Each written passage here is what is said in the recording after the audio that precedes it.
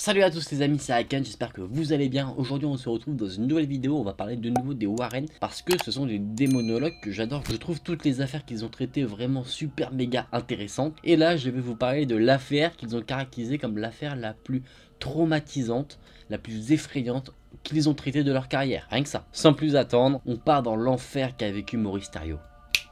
Maurice Theriault était le fils de fermiers francophones d'origine canadienne et il vivait dans le Maine, aux États-Unis. Maurice a eu une enfance vraiment très douloureuse. Effectivement, dès son plus jeune âge, Maurice avait été la victime de la tyrannie de son père qui le forçait à travailler de nombreuses heures alors qu'il était un enfant dans la ferme familiale. En plus de ça, au fur et à mesure que Maurice grandissait, le père devenait de plus en plus tyrannique. Le contexte familial est du coup plutôt difficile. Maurice était totalement déboussolé, du coup parfois il a été amené à essayer de faire appel à des entités surnaturelles pour essayer de le sortir de cette situation. Un jour, alors qu'il rentrait dans le garage de la maison familiale, il a surpris son père en train de s'adonner à des actes plutôt étranges avec des animaux. Surpris, son père ordonna à son fils Maurice de le rejoindre dans ses actes cruels. Au fur et à mesure de la croissance de Maurice, il développa des talents plutôt inhabituels.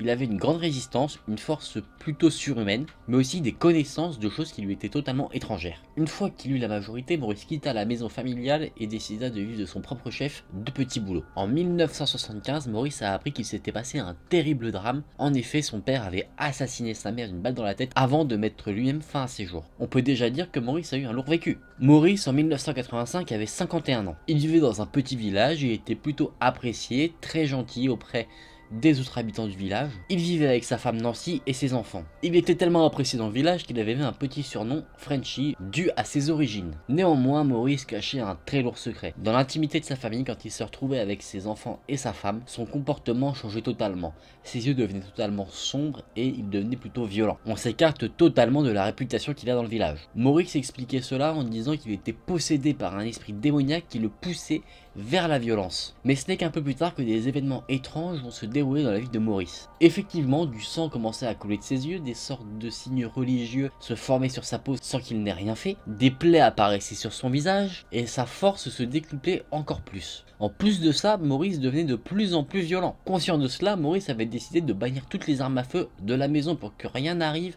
de dangereux à sa famille. Il avait également des idées noires, il parlait de meurtre, de mettre fin à ses jours. Vraiment, le comportement de Maurice changeait radicalement. En plus de ça, Maurice avait menacé sa propre famille. Pendant l'une de ses phases démoniaques, il avait dit que si sa famille tentait de se plaindre à qui que ce soit, il les assassinerait tous. Malgré cet avertissement, Nancy, la femme de Maurice, décida de faire appel à un abbé qui lui-même contacta nos deux grands démonologues, Ed et Lorraine Warren. Avant de se rendre sur les lieux, les Warren envoyèrent leur assistant pour voir un peu ce qui se passait. Le lendemain, l'assistant les appela pour leur dire qu'il fallait qu'ils se rendent tout de suite sur place car effectivement il avait été témoin de toutes les choses que j'ai citées précédemment. Cela ne faisait aucun doute, Maurice Theriault était bien possédés. Les Lorraine ainsi que leur neveu Tony prirent la route pour se rendre chez Maurice et en premier lieu ils décidèrent d'emmener Maurice voir un psychiatre. Le psychiatre ne prit pas du tout au sérieux les événements qui traumatisaient Maurice, du coup ils décidèrent de s'en remettre à l'exorcisme. Il faut savoir que le psychiatre s'est vraiment moqué de la situation de Maurice. Ed Warren était tellement en colère après lui qu'il lui a dit: écoutez-vous, j'espère que quand vous serez seul, quelque chose vous arrivera et vous frappera en pleine bouche comme c'est arrivé pour ce pauvre homme que vous refusez d'aider. Effectivement, Ed Warren y met la pression. Il a droppé le like après et puis ils sont partis.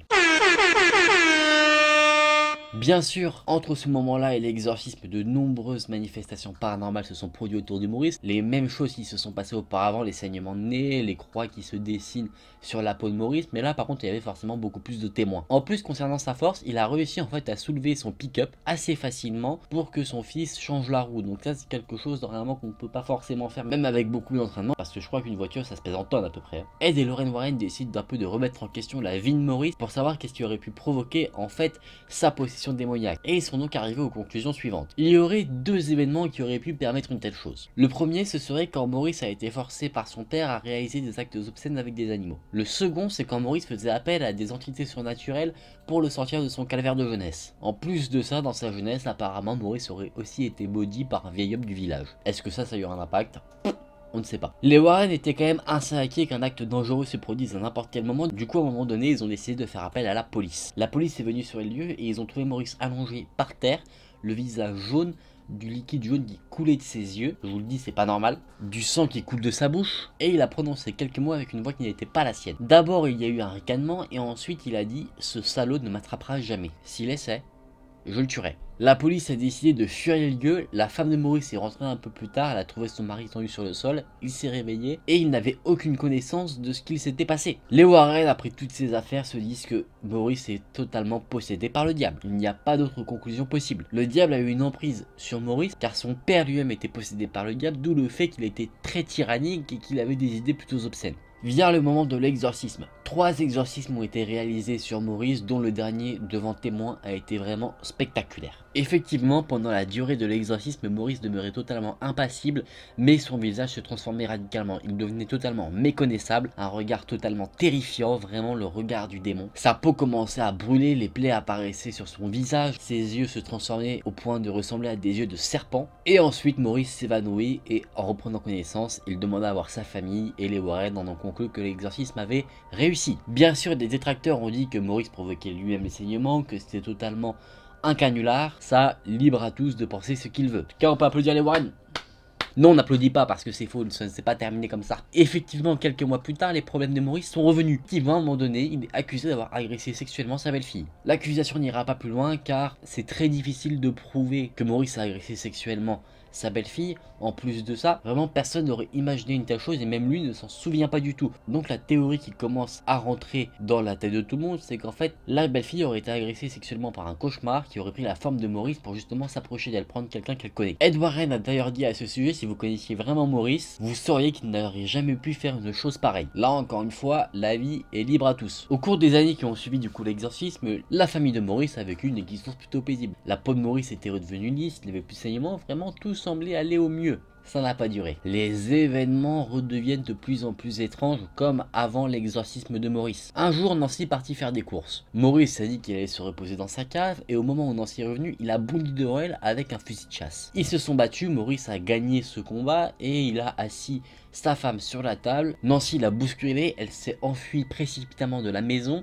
Maurice a tiré une balle qui a touché Nancy au bras. Elle était pas trop loin de la maison, du coup Maurice l'a ramenée dans la maison. Maurice a installé Nancy sur une chaise, il s'est installé en face d'elle et il lui dit: tu te souviendras de ça. Maurice mit le canon de l'arme dans sa bouche et Nancy remarqua que c'est comme si 2 personnalités se battaient entre elles. Il y avait une personnalité qui forçait pour rentrer le canon dans la bouche et l'autre qui essayait de la retirer. Qui était qui? On n'en sait rien. Néanmoins, à un moment donné, un coup de feu est parti et Maurice est décédé sur le coup. À ce moment-là, Nancy a dit amen. Elle savait que son mari était finalement libéré de l'emprise démoniaque et que maintenant il reposait en paix. Ce qu'il faut savoir sur Maurice Thériault, c'est que c'est un personnage qui a intégré l'univers Conjuring qui est basé sur les Warren. Il apparaît de plus dans le film La Nonne en tant que personnage principal et également au tout début du film Conjuring qui introduit justement les Warren pour un peu qu'on sache qui c'est. Ce que j'ai adoré en fait par rapport à ce qu'ils ont fait dans le film, c'est que c'est lui qui fait le lien entre le film La Nonne qui est un peu un spin-off au film de base Conjuring. C'est ça qui m'a poussé à me renseigner sur l'histoire de ce Maurice et j'ai trouvé vraiment en lisant l'intégralité de cette histoire qu'elle était vraiment fantastique parce qu'on voit de sa jeunesse à sa mort vraiment tout ce qui s'est passé. Après, est-ce qu'il y a des explications rationnelles? Peut-être, peut-être pas, je n'en ai aucune idée, je suis vraiment parti sur l'aspect paranormal et je trouve ça vraiment super intéressant et aussi super flippant le fait que malgré une prise en charge par de grands démonologues, Maurice n'ait pas réussi à être sauvé d'une entité démoniaque. Bon les amis, on va se mettre en sécurité désormais, on va refermer le bouquin Warren, on le réouvrira peut-être une prochaine fois, qui sait. On sort des enfers et on retourne au paradis de mon studio.